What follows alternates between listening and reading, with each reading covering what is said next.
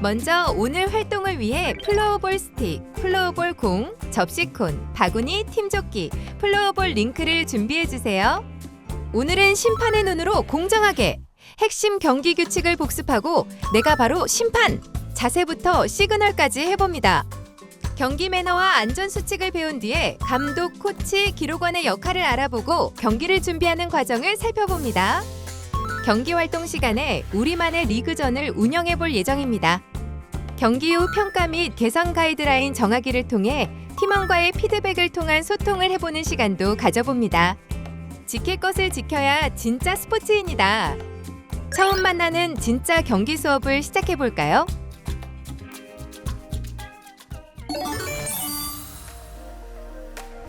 자, 이제 본격적으로 스틱과 공을 만나기 전에 준비 운동을 해볼까요? 부상 없이 신나게 플로어볼을 즐기려면 준비 운동은 필수입니다. 먼저 손목과 발목을 돌려주세요. 다음에는 무릎을 살짝 구부린 후 손을 얹어 돌려주세요. 다음에는 허리에 손을 얹고 돌려주세요. 다음에는 양쪽 어깨에 손을 얹고 돌려주세요. 다음에는 다리를 살짝 벌린 후 허리에 손을 얹고 목을 돌려주세요.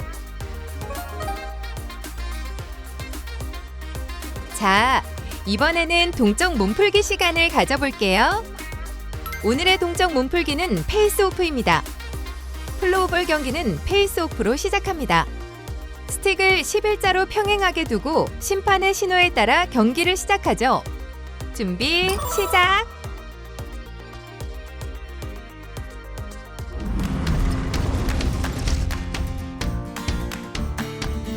플로어볼 핵심 규칙에 대해 복습해 보겠습니다. 핵심적인 규칙은 크게 스틱에 의한 반칙, 몸에 의한 반칙, 발 사용 규칙으로 나눠집니다. 자, 스틱에 의한 반칙을 복습해 볼까요? 스틱을 허리 이상 또는 상대의 스틱을 치면 반칙이에요. 스틱은 언제나 낮고 안전하게 상대방 사이에 스틱을 넣는 것도 위험해요. 플로어볼은 신체 접촉이 적은 스포츠예요. 정당한 어깨 싸움은 괜찮지만 밀거나 맞거나 넘어뜨리면 반칙입니다. 골키퍼를 제외한 필드 선수가 양 무릎이나 양손이 바닥에 닿은 채 플레이하는 슬라이딩도 반칙입니다. 헤딩이나 점프하는 플레이도 반칙입니다. 골키퍼 에어리어에 신체 일부가 들어가는 것은 공격, 수비 모두 반칙입니다. 초중고에서는 발 드리블과 발 패스가 모두 허용됩니다. 하지만 슛은 인정되지 않아요. 두 번째로는 심판의 다양한 시그널에 대해 알아보겠습니다. 첫 번째, 시작, 페이스오프. 경기는 페이스오프로 시작합니다. 심판은 두 팀의 스틱이 공 옆에 정확히 놓였는지 확인한 후 휘슬을 불며 손으로 신호를 줍니다. 스틱은 바닥에 닿아야 하며 블레이드는 평평하게 있어야 합니다. 두 번째, 득점. 공이 완전히 골라인을 통과하면 한 손으로 골대를 가리키며 득점을 알립니다. 팀워크로 만들어낸 멋진 순간, 심판의 시그널도 확실하게 주세요. 세 번째, 반칙 선언. 반칙이 발생하면 심판은 휘슬과 함께 해당 반칙의 유형에 따라 명확한 손동작을 취합니다. 하나씩 알아볼까요? 하이스틱의 심판 시그널, 스틱 파울의 심판 시그널. 스틱으로 상대의 신체나 스틱을 가격했을 경우 심판은 스틱을 잡는 모션이나 치는 동작으로 설명합니다. 대표적인 스틱 파울에는 스틱 치기, 스틱 누르기, 스틱 들어올리기, 다리 사이가 있습니다. 몸에 의한 반칙은 푸시, 진로 방해 등이 있습니다. 네 번째, 비신사적 행위. 스틱을 던지는 것과 같이 위협적인 행동을 하면 즉시 반칙. 심판은 고의적인 반칙을 거듭하거나 비신사적 행위를 한 선수에게 2분 퇴장을 선언하며 두 손가락을 펼쳐 2분임을 표시합니다. 해당 선수는 지정된 벌칙 박스로 이동해 경기를 잠시 빠지게 됩니다. 다섯 번째, 골키퍼 박스 페널티 시그널. 여섯 번째, 과격한 플레이. 7번째, 경기 재개와 경기 종료. 경기 재개는 라인아웃, 공 멈춤 등으로 경기가 멈췄을 때 심판은 손으로 지점을 가리키며 이곳에서 다시 시작이라는 시그널을 줍니다. 경기 종료는 양팔을 머리 위에서 교차하며 X자를 만든 후 크게 펼쳐 경기 종료를 알립니다.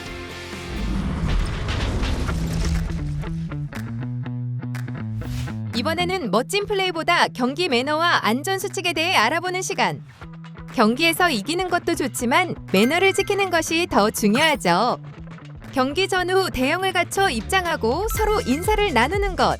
경기 중 상대방을 배려하고 심판의 판정을 존중하는 것은 기본입니다.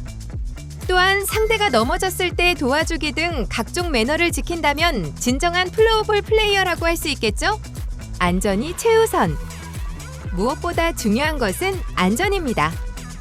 다치지 않고 즐겁게 플로어볼을 하기 위한 안전 수칙을 꼭 기억해 주세요. 드리블이나 패스 연습 시에는 순서를 지키고 스틱을 가지고 장난치지 않습니다. 골키퍼 보호장구 착용은 필수! 경기 중에는 심판의 신호에 따르고 불필요한 신체 접촉이나 무리한 동작은 피해야 합니다. 만약 동료 선수가 쓰러졌다면 즉시 경기를 중단하고 선수를 보호해야 합니다. 몸 상태가 좋지 않을 때는 무리하지 말고 교체를 요청하는 것도 중요합니다. 경기 중 몸 상태가 이상하면 즉시 말하세요.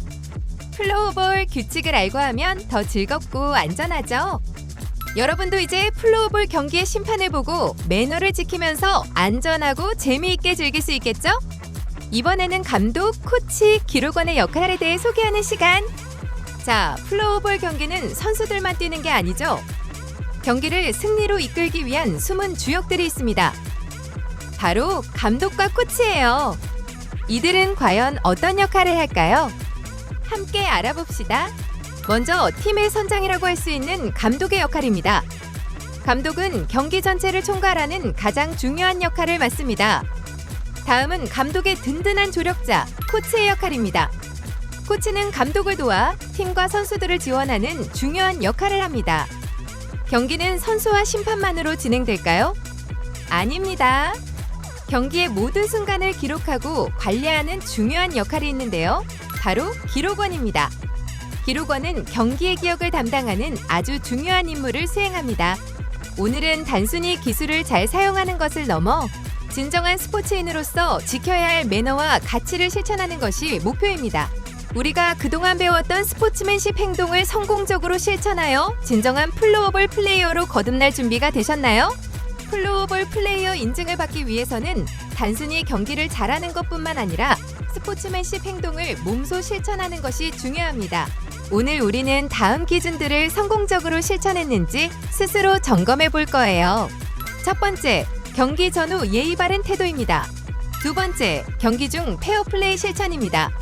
세 번째, 심판 판정 존중입니다. 네 번째, 포기하지 않는 도전 정신입니다. 다섯 번째, 안전수칙 준수입니다. 이번에는 실전 경기. 우리가 직접 운영한다입니다. 자, 이제 플로어볼 경기를 본격적으로 시작하기 위한 중요한 단계, 바로 경기 방식을 정하는 시간입니다. 오늘은 여러 경기 방식 중에서도 가장 공정하고 모든 팀이 충분히 경기를 경험할 수 있는 리그전 운영 방법에 대해 자세히 알아볼 거예요.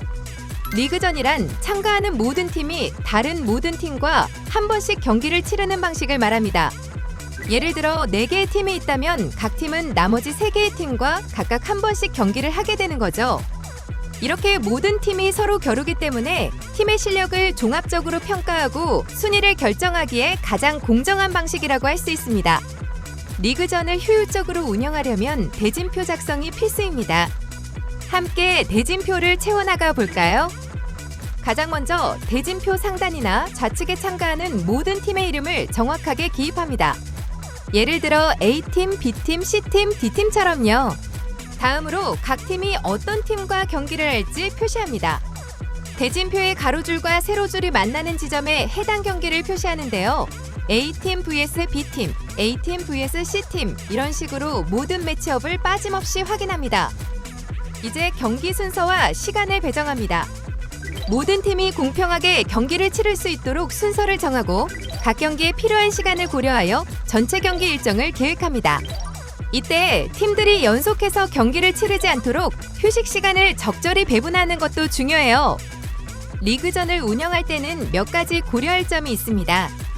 경기 시간, 각 경기의 시간을 정하고 시간 엄수를 통해 전체 일정을 원활하게 진행해야 합니다.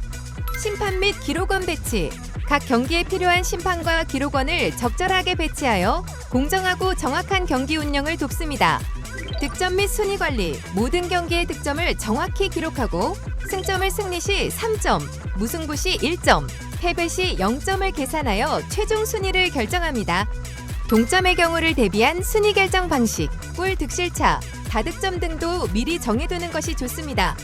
선수들의 컨디션 관리, 많은 경기를 치러야 하므로 선수들이 지치지 않도록 충분한 휴식과 수분 섭취를 강조해야 합니다.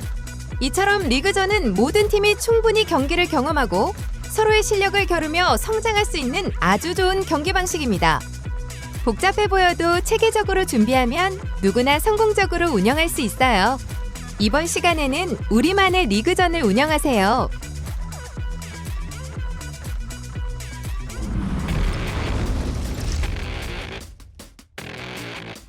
경기가 끝났다고 해서 우리의 플로어볼 활동이 끝난 것은 아닙니다. 진정한 성장은 바로 경기 후 평가에서 시작되는데요. 오늘은 승패를 넘어 우리 팀의 팀워크를 더욱 단단하게 다지기 위한 평가 및 개선 가이드라인을 함께 정해볼 거예요. 이것이 진정한 스포츠인의 태도입니다. 우리는 오늘 멋진 경기를 치렀습니다. 이 경기를 통해 무엇을 배웠고 무엇을 더 잘할 수 있을까요? 경기를 평가하는 목적은 바로 성장에 있습니다.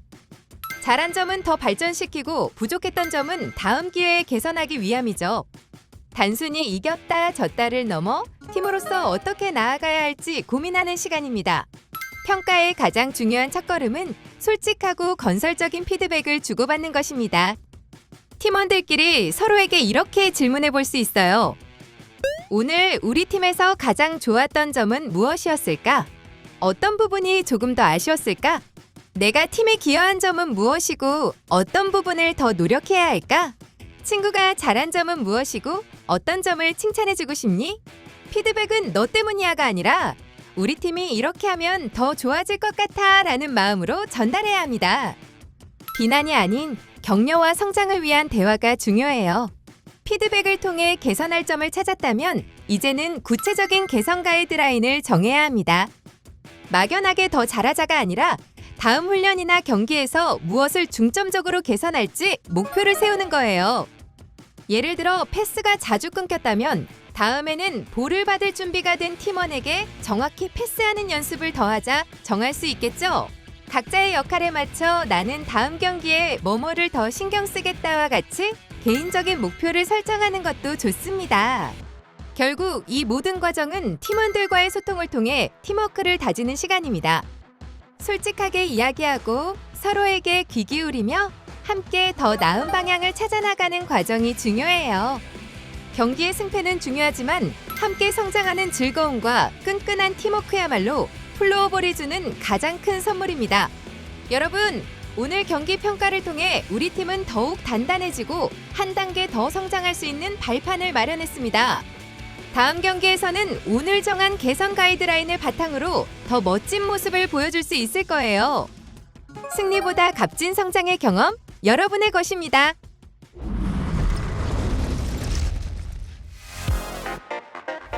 그럼 오늘의 활동을 정리해 볼까요? 이번 시간에는 경기의 기본이 되는 처음 만나는 진짜 경기 활동을 해보았습니다. 이 활동을 통해 플로어볼의 핵심 규칙과 심판 판정 시그널에 대해 알 수 있었습니다. 또 플레이어뿐 아니라 감독, 코치, 기록원 등 또 다른 경기에 필요한 존재가 되어보았습니다. 여러분 미션을 어느 정도 성공적으로 수행하셨나요? FBA 플레이어 인증이 되기 위한 과정으로 정식 경기 활동을 멋지게 수행해봤습니다. 다음 시간에도 함께 도전해봐요.